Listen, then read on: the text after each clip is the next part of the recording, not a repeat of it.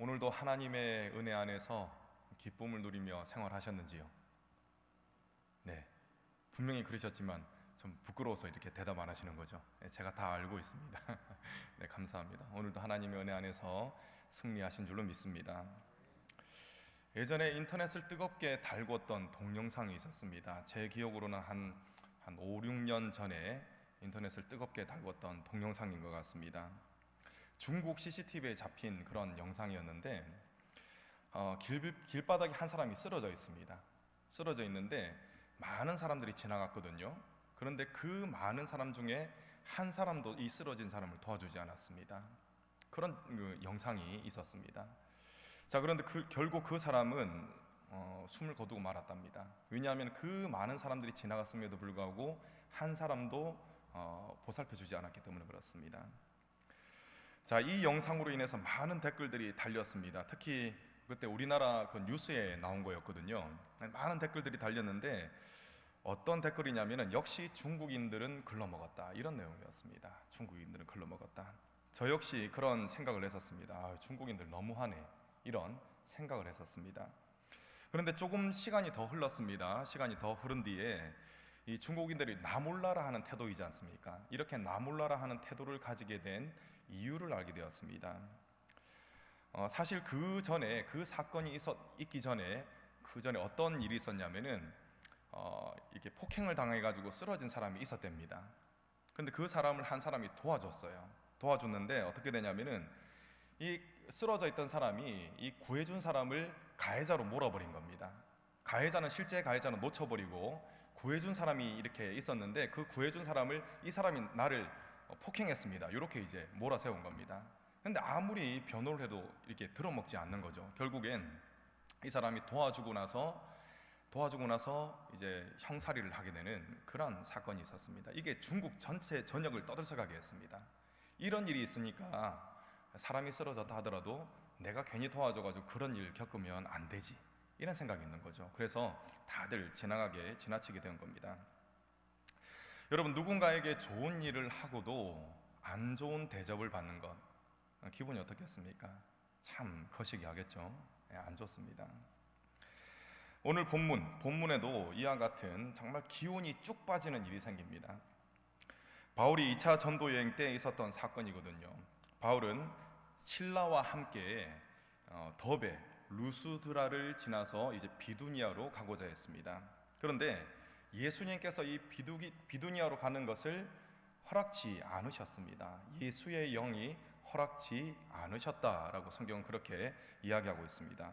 우리 16장 6절, 우리 성경책을 펼쳐서 한번 보시겠습니다. 16장 6절 7절 함께 읽겠습니다.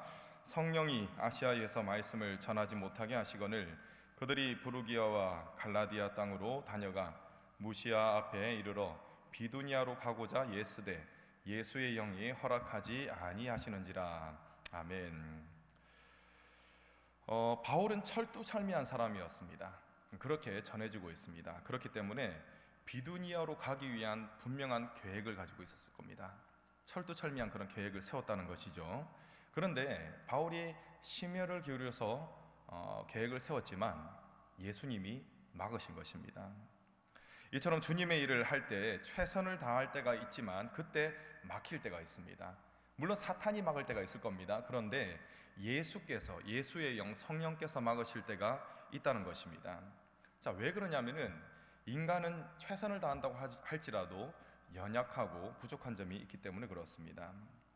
그래서 은혜로우신 주님께서는 믿는 자의 영혼에 바울이 경험한 것과 같은 깨달음을 주실 때가 있습니다. 즉 어떤 깨달음이냐면은 내 생각에는 이것이 가장 좋은 하나님의 뜻 같고 이것이 가장 좋은 길 같은데 그것이 아니라는 깨달음을 주신다는 겁니다. 그것보다 더 좋은 길을 하나님께서 마련해 두신다라는 깨달음을 얻을 때가 있다는 것입니다. 바울도 그러한 깨달음이 있었습니다. 많은 계획을 세웠을 것입니다. 준비를 했을지도 모릅니다. 그렇지만 하나님께서 더 좋은 계획을 가지시고 더 확실하게 이끄시기 위해서 나를 이 길로 부르시는구나, 그런 깨달음이 있었다는 것입니다. 그렇기 때문에 바울은 기쁘게 결단하고 자신의 계획을 내려놓고 순종한 그러한 선택을 한 줄로 저는 믿고 있습니다. 바울이 성령에 순종해서 복음을 전하는데 여기서 어떤 사건이 벌어지냐면은 기분 좋은 사건 하나가 벌어지고요, 그 다음에 기분이 굉장히 나쁜, 아주 기운이 쭉 빠지는, 제가 앞서 말씀드린 바와 같이 기운이 쭉 빠지는 그런 사건이 생기게 됩니다. 먼저 좋은 사건을 우리가 함께 살펴보시겠습니다. 자, 다시 정리해 드립니다. 바울이 아시아에서 복음을 전하려고 하지만 예수님의 영이 허락지 아니하셨습니다. 그래서 마게도냐로 건너갔어요. 이렇게 마게도냐로 건너가서 좋은 사건 하나가 벌어지고 나쁜 사건이 벌어진다는 것입니다. 자, 좋은 사건은 무엇이냐면은 16장 13절로 15절까지 한번 같이 읽으시겠습니다. 13절로 15절입니다. 13절 시작. 안식일에 우리가 기도할 곳이 있을까 하여 문 밖 강가에 나가 거기 앉아서 모인 여자들에게 말하였는데, 두아드라시에 있는 자색옷감 장사로서 하나님을 섬기는 루디아라 하는 한 여자가 말을 듣고 있을 때 주께서 그 마음을 열어 바울의 말을 따르게 하신지라. 그와 그 집이 다 세례를 받고 우리에게 청하여 이르되, 만일 나를 주 믿는 자로 알거든 내 집에 들어와 유하라 하고 강권하여 머물게 하니라. 아멘. 여러분, 이것이 굉장히 좋은 사건입니다. 좋은 일. 바울이 경험한 좋은 사건은 아주 강력한 믿음의 동력자를 만났다는 것입니다. 그것이 좋은 일입니다. 바울은 기도할 곳을 물색을 했습니다. 그러다가 강가에 모여 있는 여인들에게 말을 했어요. 즉 복음을 전했다는 것입니다. 하나님에 대한 말, 예수님에 대한 말을 했다는 것입니다. 바울은 항상 복음을 전하는 것에 힘쓰던 사람이었습니다. 바울은 말뿐이 아니라 이 선포했던 말을 행동으로 실질적으로 실천하던 그런 사람이었다는 것입니다. 디모데후서 4장 2절에 바울이 무엇을 이야기합니까? 너는 말씀을 전파하라. 때를 얻든지 못 얻든지 항상 힘쓰라. 바울은 이 말씀을 디모데에게 가르쳤습니다. 또 많은 사람들에게 가르쳤습니다. 자, 이 삶을 바울은 살고 있었다는 것입니다. 그래서 기도할 곳을 찾아 물색하다가 만난 여인들에게 복음을 전했다는 것입니다. 자, 이때 주님께서는 어떠한 사람을 만나게 해주시냐면은 루디아라는 여인을 만나게 해주십니다. 자, 이 루디아라는 여인이 바울이 전하고 있는 예수님에 대한 말, 복음을 듣고 있다가 마음이 활짝 열리게 된 것입니다. 복음을 받아들인 루디아는 가슴이 뜨거워졌습니다. 바로 예수님에 대한 이야기죠. 범죄한 인간을 구원하시기 위해서 인간으로 오셔서 죽으신 하나님, 그 하나님이 바로 예수님인데 예수님의 이야기를 듣고 가슴이 뜨거워진 겁니다. 그 하나님이 예수님이고 예수님이 바로 나의 죄를 대속하시기 위해서 십자가에 달리시고 또 나를 붙들어 주시기 위해서 또 3일 만에 다시 살아나셨구나 라는 사실을 들을 때 루디아의 인생은 완전히 변하게 되었습니다. 자, 이것은 하나님의 러브 스토리라는 것입니다. 하나님이 나를 이처럼 사랑하셨기 때문에 자신의 생명까지도 내어주셨다라는 러브 스토리라는 것이죠. 루디아는 이 하나님의 사랑 이야기를 듣고 마음이 완전히 뜨거워졌습니다.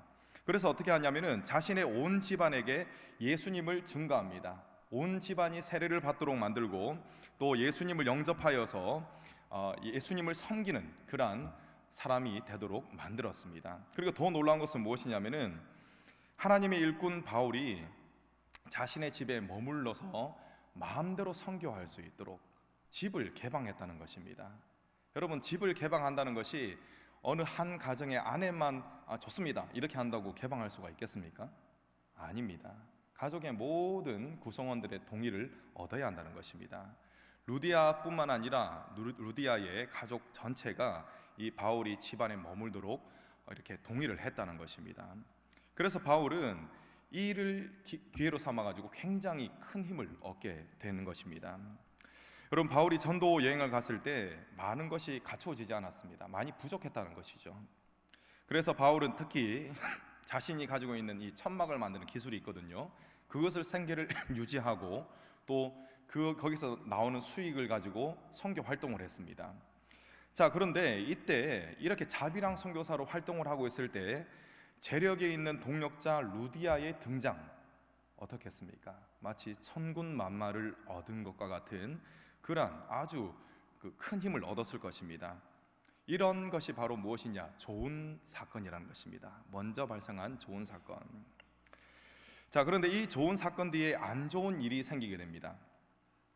바울과 실라가 기도하는 곳으로 가서 그 길목에 귀신의 힘을 빌어서 점을 치는 한 여인을 보게 됩니다.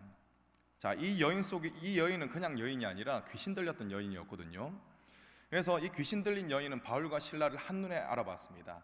예수 그리스도의 복음을 전하는 사람이다라는 것을 한눈에 알아봤습니다. 그리고 이 두 명을 집요하게 쫓아다니면서 소리를 지릅니다.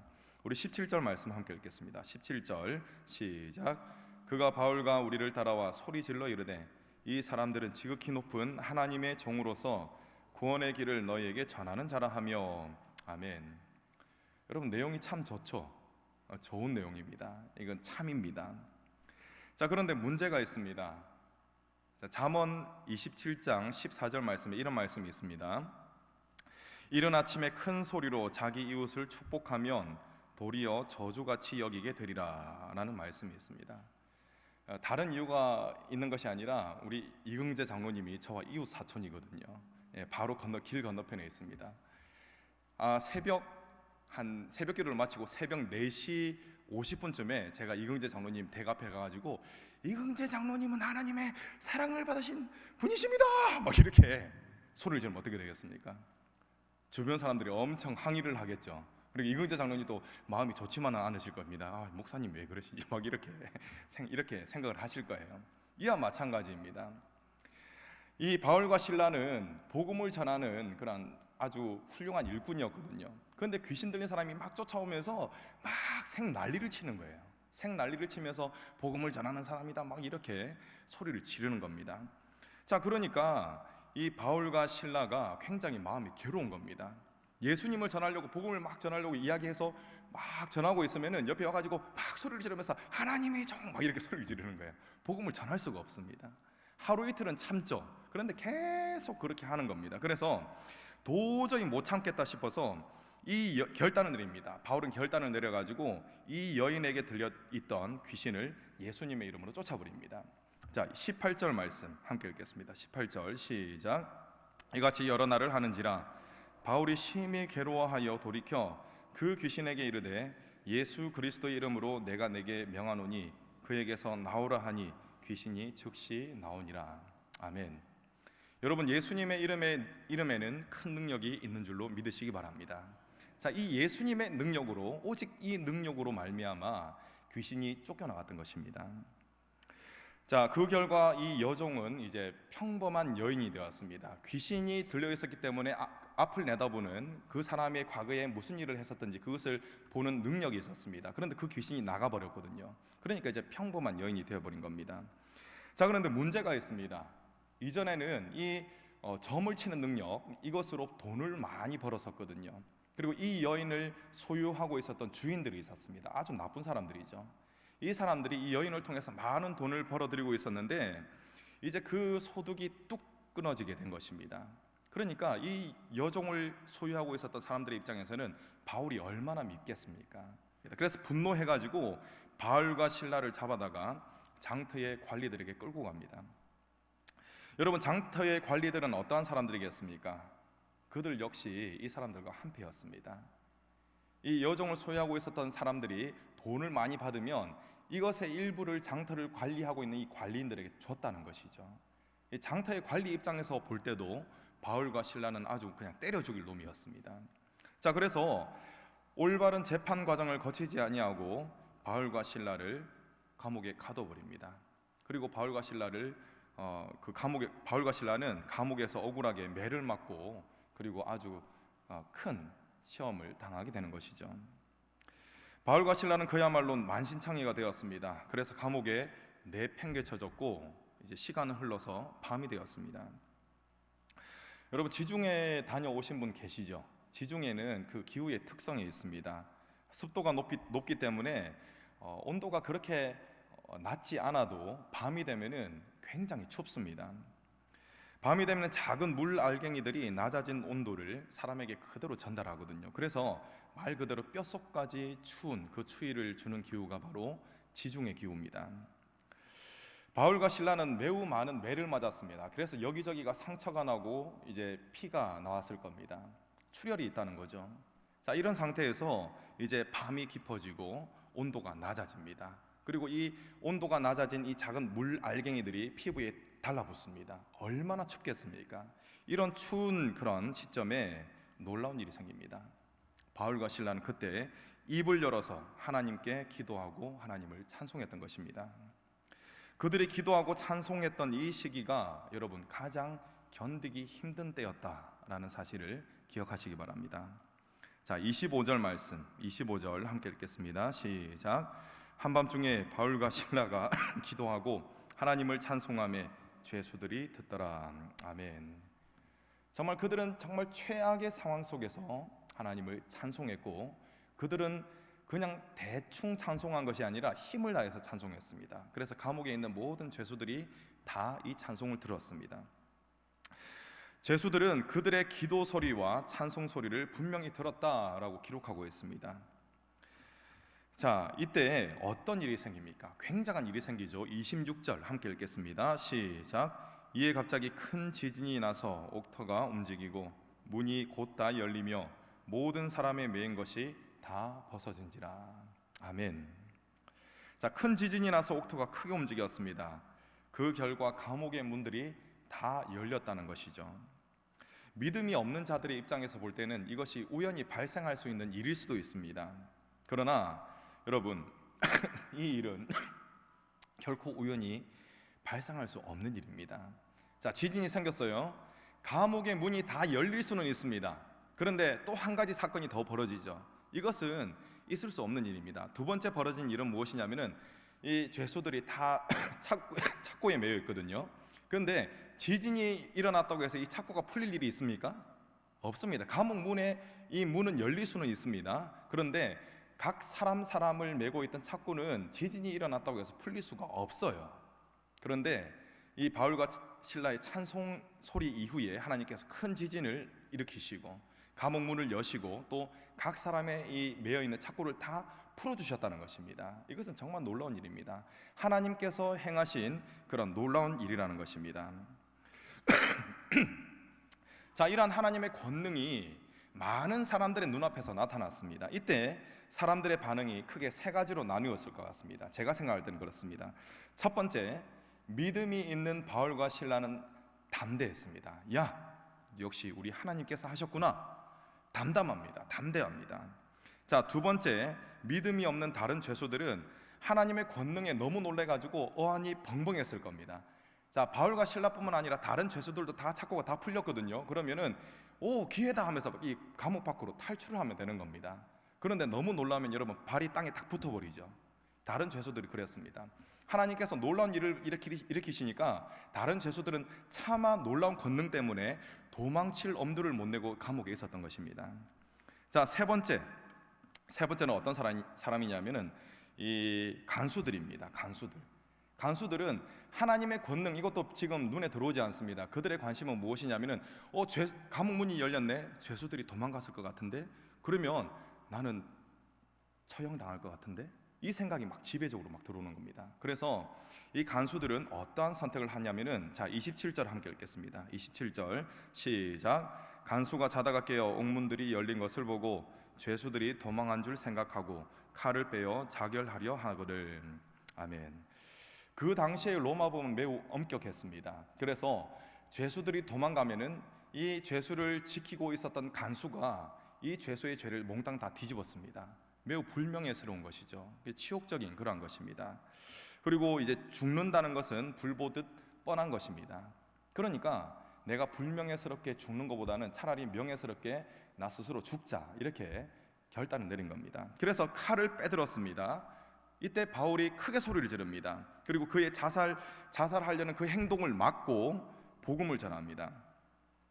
여러분, 우리는 이렇게 복된 이야기 속에서 주목해야 할 사실이 있습니다.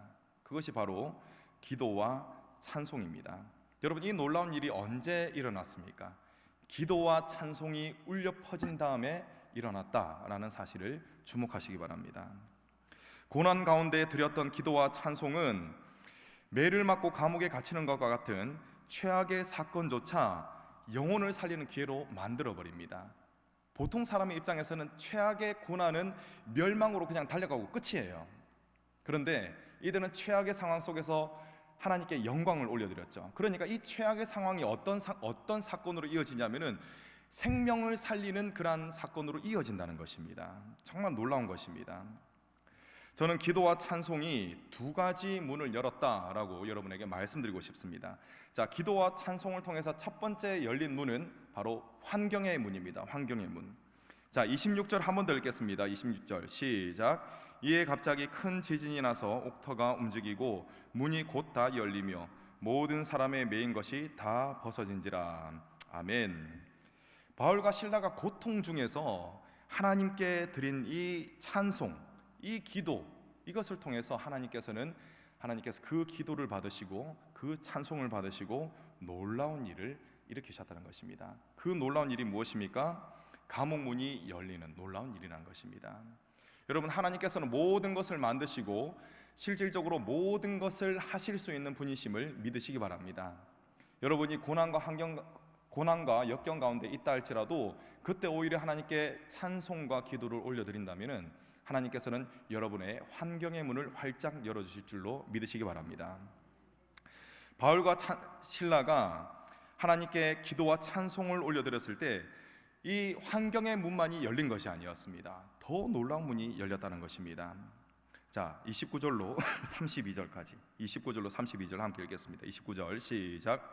간수가 등불을 달라고 하며 뛰어들어가 무서워 떨며 바울과 실라 앞에 엎드리고 그들을 데리고 나가 이르되 선생들이여 내가 어떻게 하여야 구원을 받으리까 하거늘 이르되 주 예수를 믿으라 그리하면 너와 내 집이 구원을 받으리라 하고 주의 말씀을 그 사람과 그 집에 있는 모든 사람에게 전하더라. 아멘. 자, 두 번째 열린 문은 무엇이냐? 마음의 문입니다. 마음의 문. 다르게 표현하자면 복음의 문이 열렸다라고 말씀드릴 수가 있습니다. 여러분, 요즘에 전도하기 쉬우십니까? 굉장히 어려우시죠? 우리 전도대 이렇게 전도 활동을 할 때 쌩하고 지나가는 분들이 굉장히 많이 있습니다. 전도하시는 분들이 겉으로는 괜찮은 척 하시지만 속으로는 나 무시당했어 이렇게 하시는 것 같아요. 자, 지금도 전도하기 굉장히 힘듭니다. 그렇다면 과거는 어땠을까요? 이 당시는 어땠을까요? 제가 생각하기에는 지금 못지않게 전도하기가 어려웠을 겁니다. 아니, 더 어려웠을 겁니다. 로마 시대에는 여러분 많은 사람들이 여러 신들을 섬겼어요. 그래서 황제도 이 신 가운데 하나다. 황제 숭배 사상이 지배하던 시대가 바로 로마 시대였습니다. 그래서 어지간하면은 이 복음이 사람의 마음을 열 수가 없었습니다. 그런데 바울과 실라가 하나님을 고난 중에서 찬양하고 하나님께 기도를 드렸을 때 옥문이 열림과 동시에 그들의 마음 문이 열렸다는 것입니다. 자, 그래서 그들이 이 생명의 복음을 받아들일 수가 있었던 것입니다. 자, 33절 34절 함께 읽겠습니다. 시작. 그 밤 그 시각에 간수가 그들을 데려다가 그 맞은 자리를 씻어주고 자기와 그 온 가족이 다 침례를 받은 후 그들을 데리고 자기 집에 올라가서 음식을 차려주고 그와 온 집안이 하나님을 믿음으로 크게 기뻐하니라. 아멘. 여러분, 데칼코마니 아십니까? 데칼코마니. 자, 여기에 한쪽 면에 제가 막 물감을 뿌렸어요. 한쪽 면에 물감을 뿌렸습니다. 그리고 반으로 딱 접었어요. 폈어요. 그럼 양쪽의 모양이 어떻겠습니까? 똑같죠. 이게 데칼코마니입니다. 여러분, 루디아에게 복음을 전했던 거 기억나십니까? 그때 루디아가 복음을 받아들였죠? 루디아만 믿었습니까? 아니죠. 루디아 집에 있는 모든 사람들이 다 믿었습니다. 똑같은 일이 벌어졌습니다. 간수만 예수님을 영접한 것이 아니라 간수의 집안의 모든 가족들이 예수님을 믿었다는 것입니다. 여러분, 이것도 굉장히 놀라운 일이라는 것이죠. 자, 고통 중에서 간절한 기도를 드렸던 이 기도, 고통 중에서 절절하게 드렸던 이 찬양, 이것은 이 간수와 그의 온 가족들에게 구원의 문을 열어주는 계기가 되었다는 것입니다. 여러분, 바울과 실라가 복음을 전하기 위해서 특별한 방법을 사용한 것이 아닙니다. 굉장히 논리적으로 접근한 것도 아니에요. 바울과 실라는 소망이 끊어질 정도의 괴로움을 겪으면서도 그 자리에서 하나님을 찬양하고 그 자리에서 하나님께 기도를 올려드렸다는 것입니다. 이것으로 말미암아 하나님께서 일하셨고 결국 간수의 마음만을 여신 것이 아니라 간수의 가족들의 마음도 하나님께서 다 활짝 열어주셨다는 것입니다. 기도와 찬송을 통해서 열리는 첫 번째 문은 무엇이라고 했습니까? 환경의 문이라고 했습니다. 방금 말씀드린 두 번째 문은 무엇이라고 했습니까? 마음의 문이라는 것입니다. 여러분들의 그 고통 가운데서 올려드리는 기도와 찬송을 통해서 여러분들의 주변에 있는 많은 사람들의 마음 문이 활짝 열리기를 간절히 소망합니다. 역경중에서 기도와 찬송은 정말 큰 힘을 발휘했습니다.